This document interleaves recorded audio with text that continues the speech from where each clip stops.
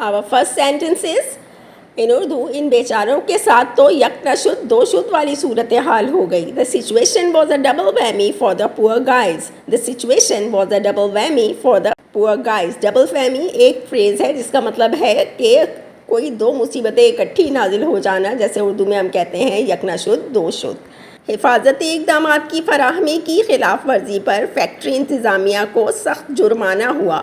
The factory administration was fined for serious infractions of safety rules. The factory administration was fined for serious infractions of safety rules. Infractions मतलब खिलाफ वर्जी. बदकिस्मती से clearance cell बेतुकी और बेकार अशिया की खिचड़ी सी बनकर रह गई थी. Unfortunately the clearance sale became a hotch potch of mismatched and unimportant items. Unfortunately the clearance sale became a hotch potch of mismatched and unimportant items. Hotch potch मतलब खिचड़ी सी बन जाना, बहुत सारी बेतुकी या कन्फ्यूजन क्रिएट कर देने वाली चीज़ें इकट्ठी हो जाना.